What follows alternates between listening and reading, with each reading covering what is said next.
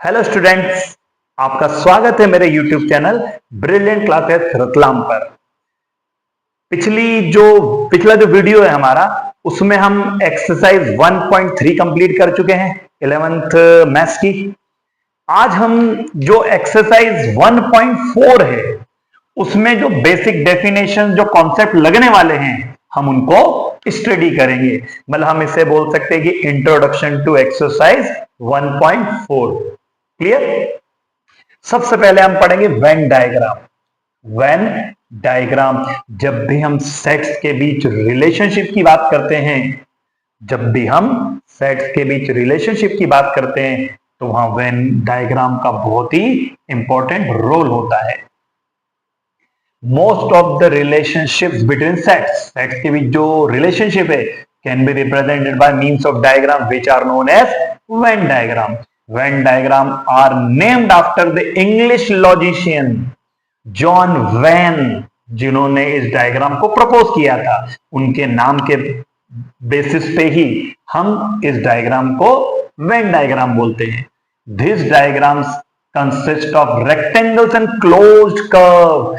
जो हम Venn diagram draw करेंगे तो उसमें हमें रेक्टेंगल्स भी दिखेंगे और क्लोज्ड सर्कल्स भी दिखेंगे, क्लोज कर्व भी दिखेंगे और क्लोज कर्व में सर्कल दिखेंगे।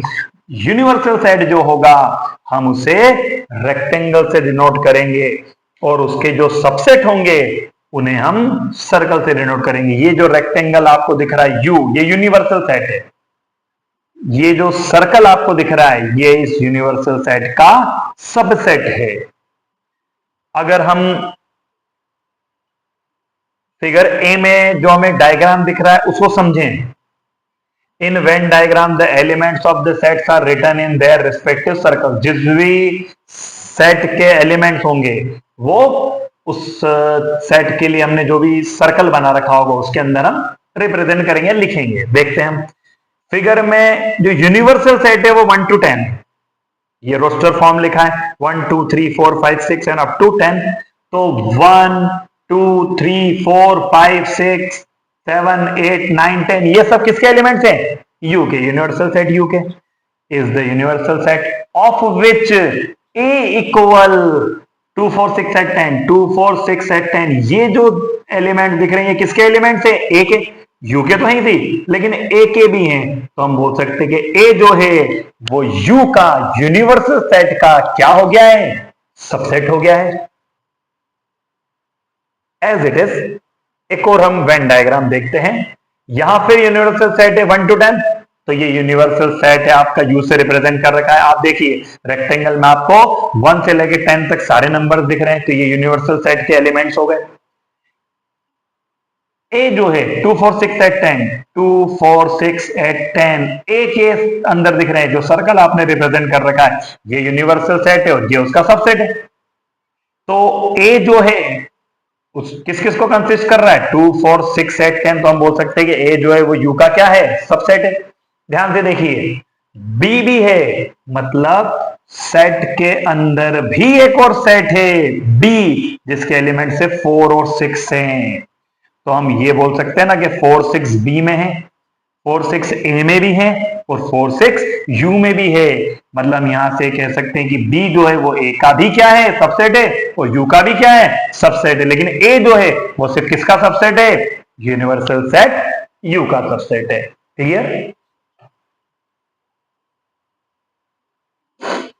अब वेन डायग्राम तो हमने समझ लिया, इसके क्वेश्चन जब हम करेंगे आगे तब हम और बात करेंगे। अब ऑपरेशंस ऑन सेट्स, सेट्स जब हम पढ़ते हैं तो उसमें हम कुछ ऑपरेशंस पढ़ते हैं। जैसे मैथ्स में ऑपरेशन क्या होते हैं? प्लस माइनस मल्टीप्लाई डिवाइड, ये ऑपरेशंस होते हैं। तो वैसे के वैसे हम सेट्स की अगर बात कर रहे हैं तो यहां भी कुछ ऑपरेशंस होते हैं और यहां हम बेसिकली दो ऑपरेशंस पढ़ेंगे, एक यूनियन पढ़ेंगे और एक इंटरसेक्शन पढ़ेंगे। यूनियन एंड इंटरसेक्शन, आप ध्यान से सुनिएगा।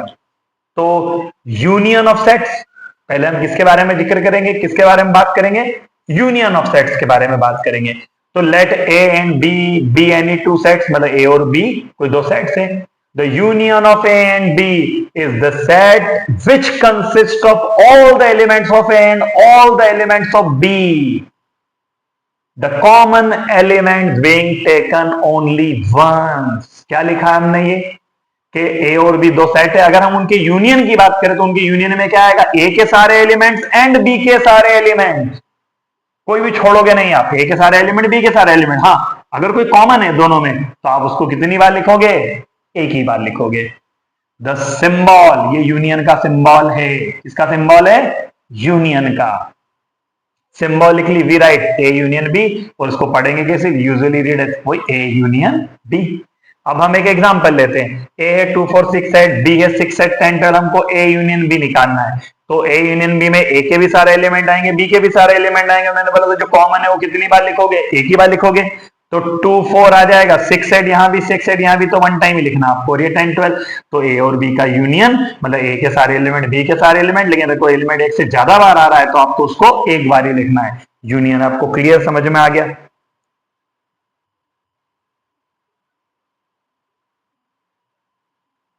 एक और हम क्वेश्चन लेते हैं, A equal a i o u, B equal a i u, show that A union B किसके इक्वल है, ए के इक्वल है। तो आप पहले ए यूनियन बी निकालो, ए यूनियन बी में ए के सारे एलिमेंट बी के सारे एलिमेंट आएंगे।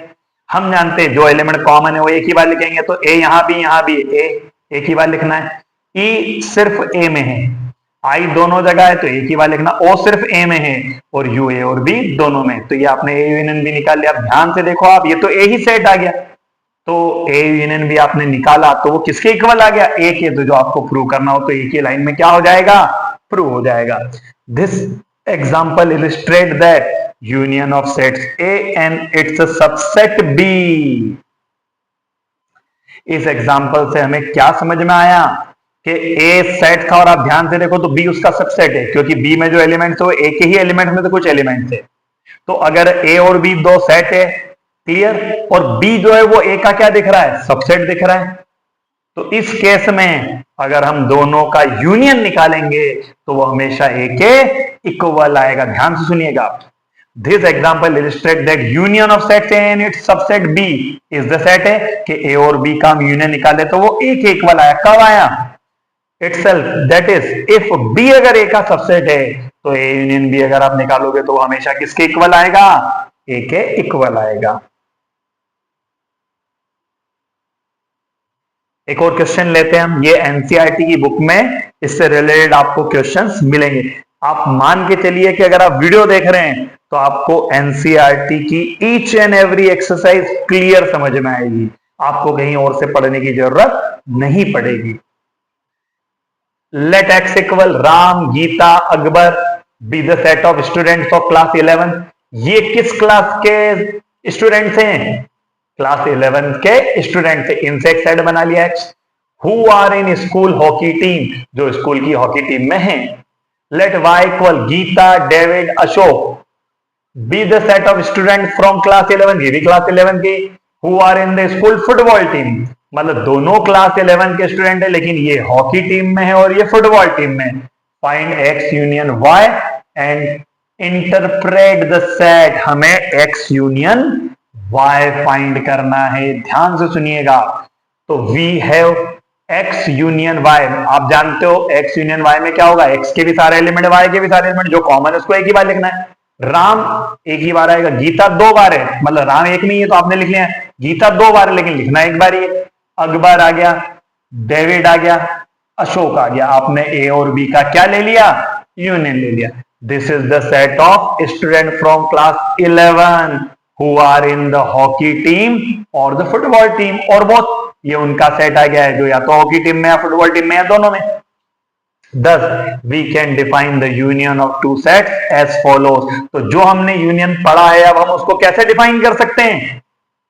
The union of two sets A and B क्या होगा, is the set C, third set होगा। Which consists of all those elements which are either in A or in B।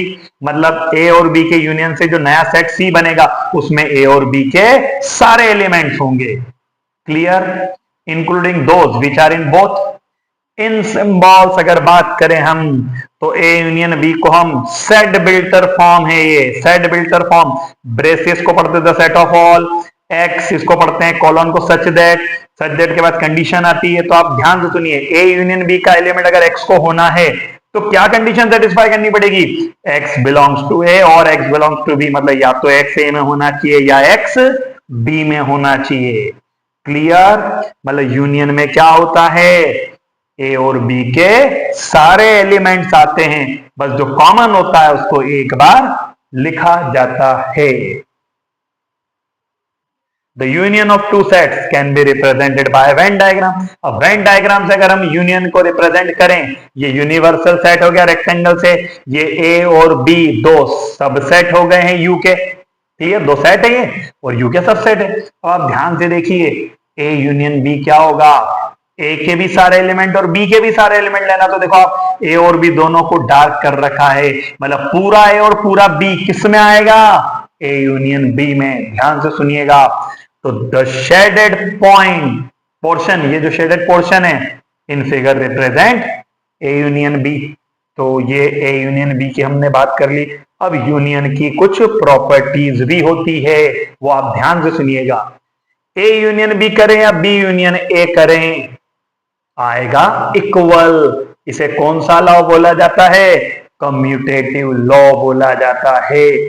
Commutative law, Hindi में इसे क्रम विनिमय नियम भी बोलते हैं। अगर कोई हिंदी के स्टूडेंट वीडियो देख रहे हो तो इसको क्रम विनिमय नियम बोलते हैं। तो आप देखिए ना, आपने क्रम या ऑर्डर ही तो आगे पीछे कर दिया, आप ए यूनियन भी निकालो या बी यूनियन ए निकालो, तो दोनों इक्वल आएंगे। इसे कम्यूटेटिव लॉ बोला जाता है।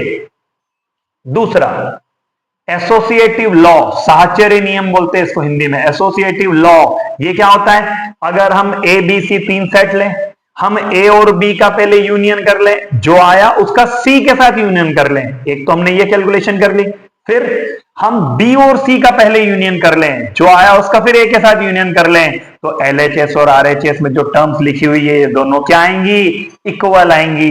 मतलब आप ध्यान से देखो, एसोसिएटिव लॉ में आपको सिर्फ ब्रैकेट चेंज दिख रहा है कि यहाँ ए और बी के बीच ब्रैकेट है, सी बाहर है, यहाँ बी और सी के बीच ब्रैकेट है और ए बाहर है। तो इस तरीके की अगर आप दोनों कैलकुलेट करोगे तो दोनों ही सेम आते। किसके लिए? यूनियन के लिए। मतलब दो सेट्स का यूनियन कम्यूटेटिव लॉ को भी सेटिस्फाई करता है और एसोसिएटिव लॉ को भी सेटिस्फाई करता है। क्लियर? थर्ड, फाई होता है एम्प्टी सेट। हम जानते हैं फाई होता है एम्प्टी सेट, मतलब फाई में कोई एलिमेंट नहीं होता है, कोई एलिमेंट नहीं होता, नल सेट, एम्प्टी सेट पढ़ चुके हैं। तो हम ए और फाई का यूनियन लें, मतलब ए के सारे एलिमेंट और फाई के सारे एलिमेंट, तो फाई में तो कुछ है ही नहीं। तो ए और फाई का यूनियन करेंगे तो ऑब्वियसली वो किसके इक्वल आएगा? ए के इक्वल आएगा। Law of identity element, phi is the identity of U. आप इसको ध्यान से सुनिएगा, इसको लॉ ऑफ आइडेंटिटी एलिमेंट बोला, फाई को यू का आइडेंटिटी बोला है। तो मैथ्स में आइडेंटिटी का बड़ा इंपॉर्टेंट रोल है। मैं आपको समझाता हूं। आपने एडिटिव आइडेंटिटी पढ़ा होगा, क्या होता है? जीरो। आप किसी भी नंबर में क्या ऐड करो कि वापस वही नंबर आए? Obviously zero. आपने मल्टीप्लिकेटिव आइडेंटिटी भी पढ़ा है, वन। किसी नंबर में किसका मल्टीप्लाई करेंगे जिससे वापस वही नंबर आए? वन का। तो जैसे एडिटिव आइडेंटिटी होता है, जैसे मल्टीप्लिकेटिव आइडेंटिटी होता है, वैसे सेट्स के केस में अगर हम आइडेंटिटी एलिमेंट की बात करें तो वो होता है फाइव। देखो ना, ए के ऊपर अगर हम फाइव को ऑपरेट करें, ऑपरेशन कौन सा है? यूनियन। जैसे हम प्लस की बात कर रहे थे, मल्टीप्लाई की बात कर रहे थे, जैसे यूनियन की बात कर रहे हैं। तो ए में फाइव को ऑपरेट करे, वापस ए आ गया, मतलब फाइव जो है वो कौन सा एलिमेंट है? आइडेंटिटी एलिमेंट है। In which case? In case of sets. हम क्या पढ़ रहे हैं? सेट्स पढ़ रहे हैं। क्लियर? अब आइडेम्पोटेंट लॉ, हिंदी में इसको वर्ग सम नियम भी बोला जाता है। आइडेम्पोटेंट लॉ ये क्या होता है? अगर आप ए और ए सेट तो एक ही है, ए यूनियन ए निकालोगे तो आप समझो ना, ए यूनियन ए अगर निकालोगे तो ऑब्वियसली क्या आएगा? ए ही आएगा। ये क्या होता है? आइडेम्पोटेंट लॉ होता है।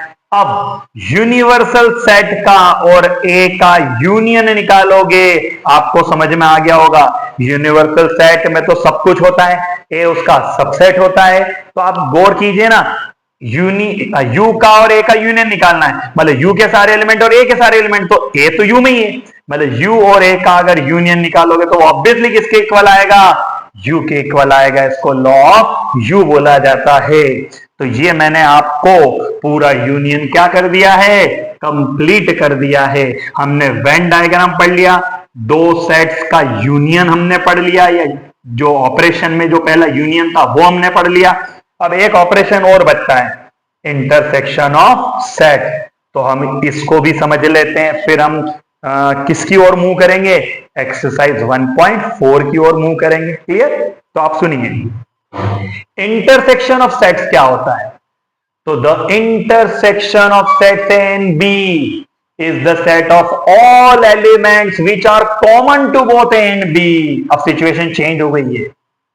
अब क्या होगा, A और B दो सेट है, उनके इंटरसेक्शन में वही एलिमेंट आएंगे जो A और B में कॉमन होंगे। चेंज हो रहा है। पहले A और B के सारे एलिमेंट आ रहे थे यूनियन में, अभी इंटरसेक्शन है तो यहाँ A और B के सिर्फ कॉमन एलिमेंट लिखेंगे हम। द सिंबल, ये किसका सिंबल है, इंटरसेक्शन का। The intersection of two sets A and B is the set of all those elements which belongs to both। either नहीं है, अब either A और B वाला मैटर नहीं है, both A and B, मतलब जो A में भी होगा जो B में भी होगा वही किस में आएगा, इंटरसेक्शन में आएगा। सिंबॉलिकली अगर हम बात करें तो A इंटरसेक्शन B को वही set builder form, the set of all X such that बाद कंडीशन क्या है, X A इंटरसेक्शन B का एलिमेंट कब होगा, जब x belongs to A and x belongs to B। मतलब x A में भी होगा x B में भी होगा तो ही वो x A इंटरसेक्शन B में हो सकता है। अब इसी को अगर वेन डायग्राम से हम समझे तो ये यूनिवर्सल सेट, ये सेट A, ये सेट B और A और B U के सबसेट है। सारा मैटर क्लियर है। आप ध्यान से देखो, A इंटरसेक्शन B में क्या होता है, जो A में भी है जो B में भी है, तो A और B का कॉमन पार्ट क्या है, A और B का कॉमन पार्ट ये जो शेडेड आपको रीजन दिख रहा है, मतलब अब पूरा A पूरा B नहीं आएगा, A और B में जो कॉमन है वो इंटरसेक्शन में आएगा। तो ये जो शेडेड रीजन आपको दिख रहा है ये होता है A और B का इंटरसेक्शन, मतलब जो A और B में कॉमन है वो A इंटरसेक्शन B में आएगा। तो the shaded portion in figure indicate the intersection of set A and B।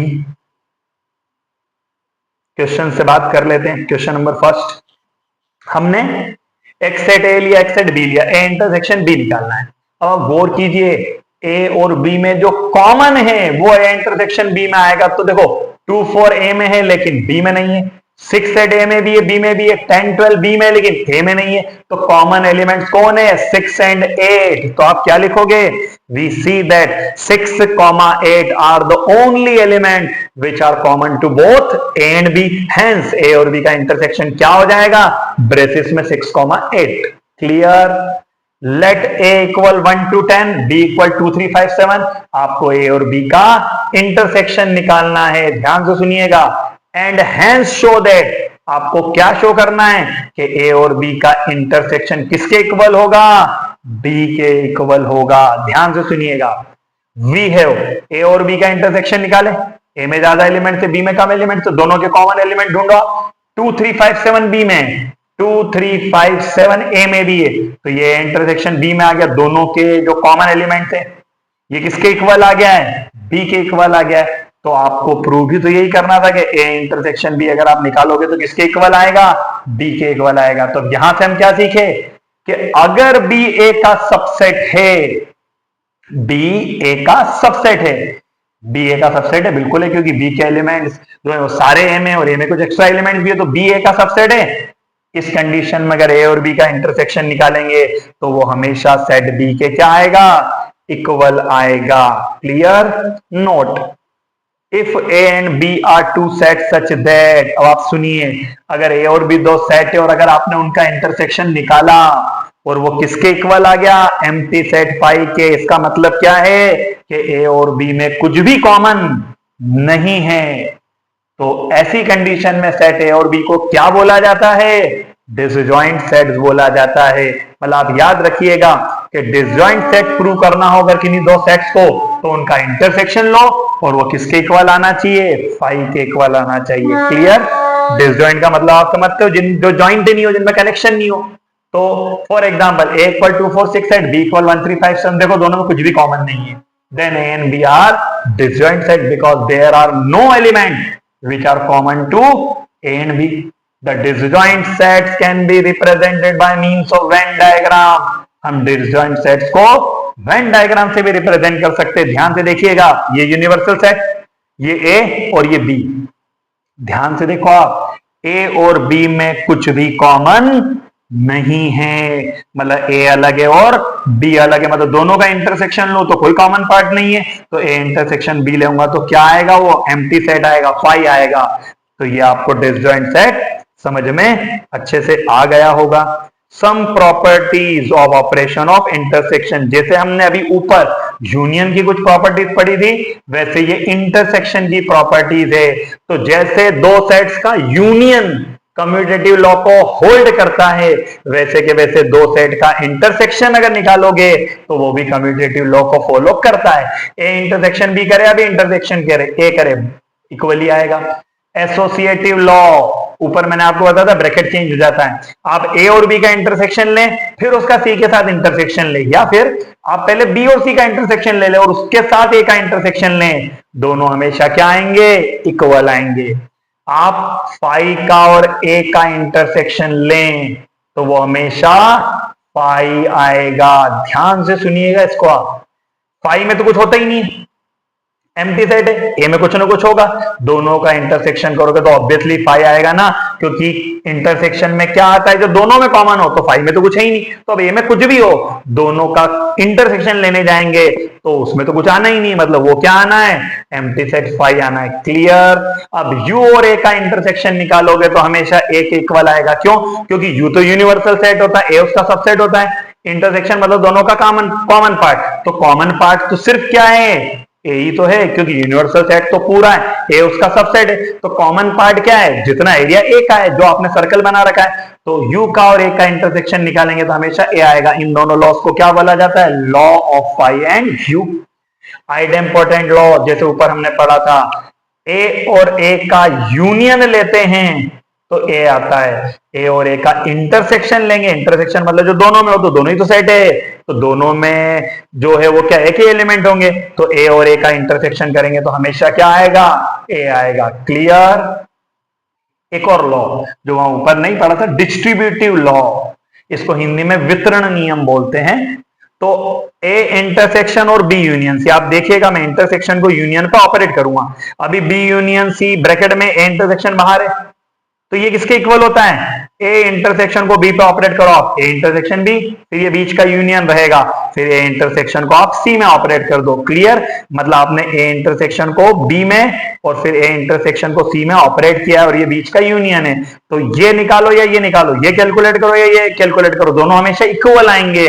ये कौन सा लॉ होता है, डिस्ट्रीब्यूशन लॉ होता है. दैट इज, आपने इंटरसेक्शन डिस्ट्रीब्यूट्स ओवर यूनियन, आपने इंटरसेक्शन को यूनियन पे क्या कर दिया है, डिस्ट्रीब्यूट कर दिया है. क्लियर.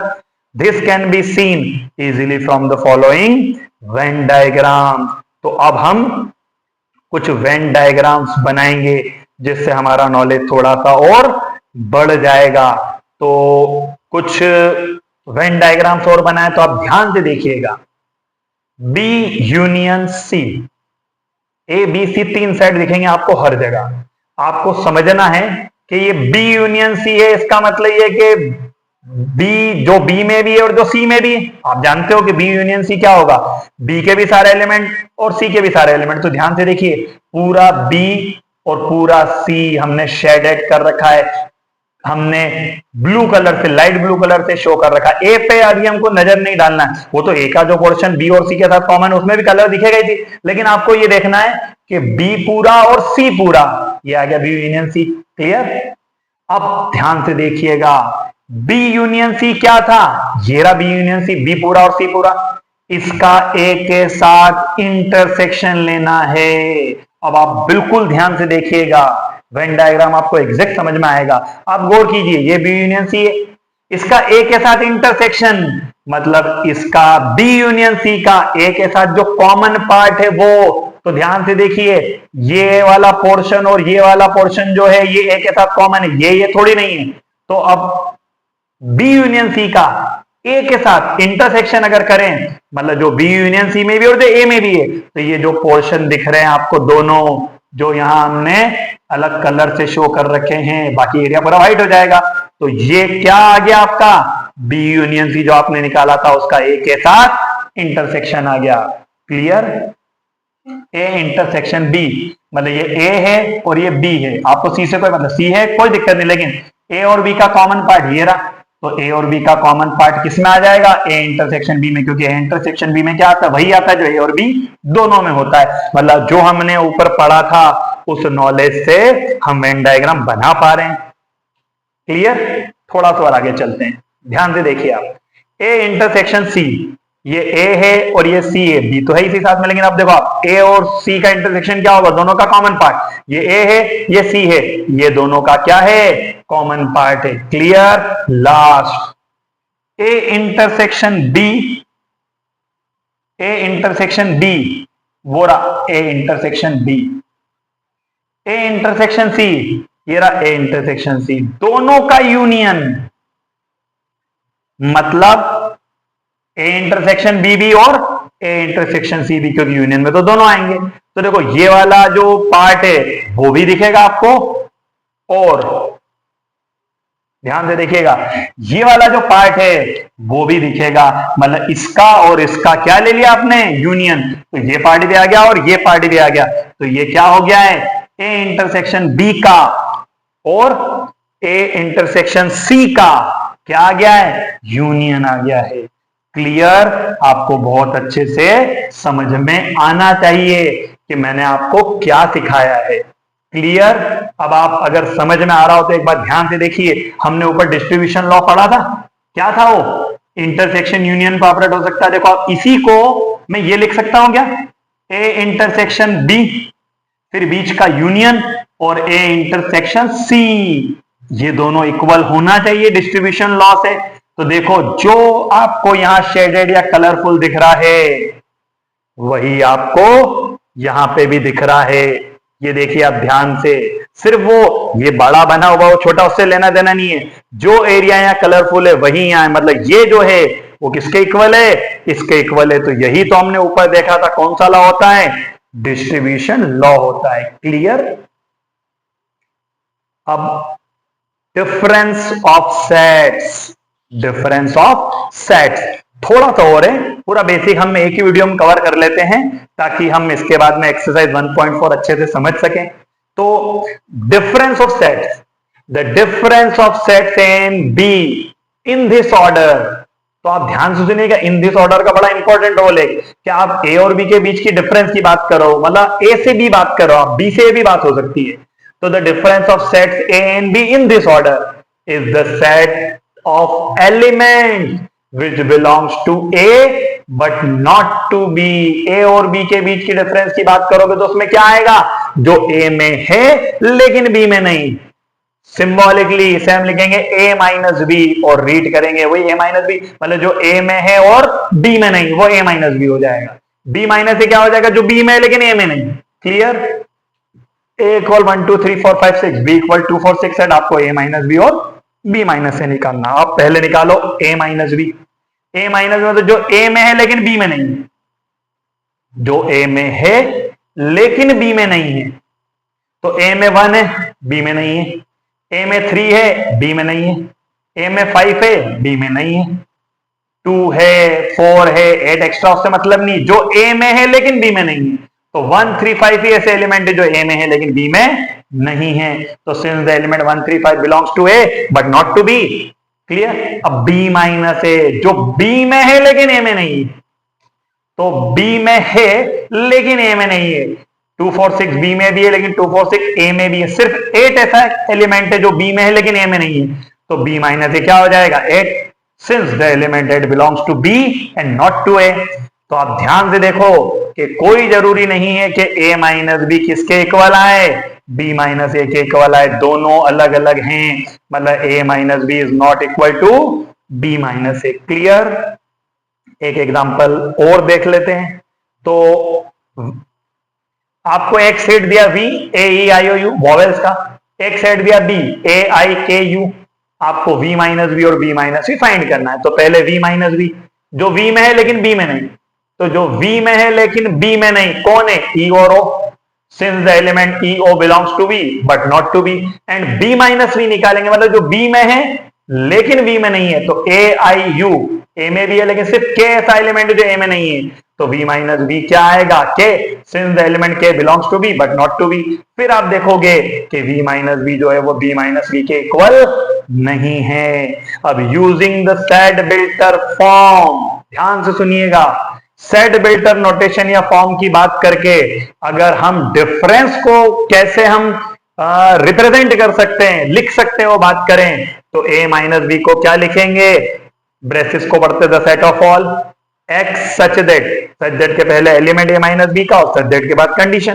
तो ध्यान से सुनिए, x a माइनस बी का एलिमेंट कब होगा, जब x a को बिलोंग करेगा and x does not belongs to b, मतलब x a में होगा लेकिन b में नहीं होगा, तो ही वो किस में होगा, a माइनस बी में होगा। Clear, the difference of two sets a and b can be represented by Venn diagram as shown in figure. ध्यान से देखिए आप, ये a और b है, ये यूनिवर्सल सेट u है, a माइनस बी मतलब जो a में है लेकिन b में नहीं, ये पार्ट दोनों में, ये b में है, तो हमको कौन सा पार्ट लिखना है, जो a में है लेकिन b में नहीं, तो ये जो पोर्शन दिख रहा है ये a में है लेकिन किस में नहीं है, b में नहीं है, तो ये a माइनस बी, a और b के बीच का क्या आ गया है, डिफरेंस आ गया है। क्लियर, तो the shaded portion represent the difference of two sets a and b।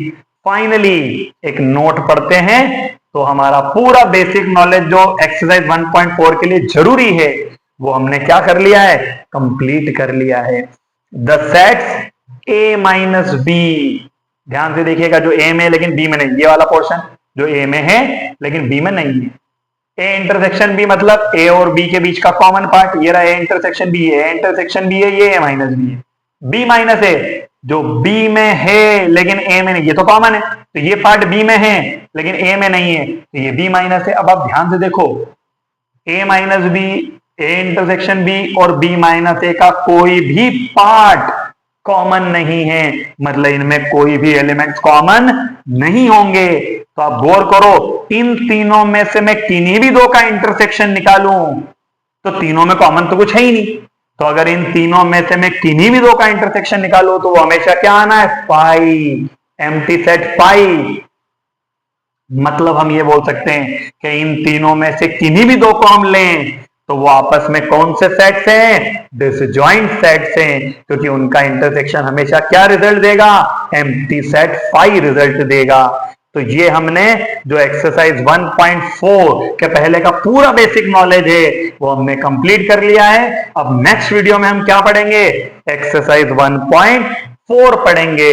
मुझे उम्मीद है कि आपको पूरा वीडियो अच्छे से समझ में, पूरा टॉपिक अच्छे से समझ में आ जाएगा।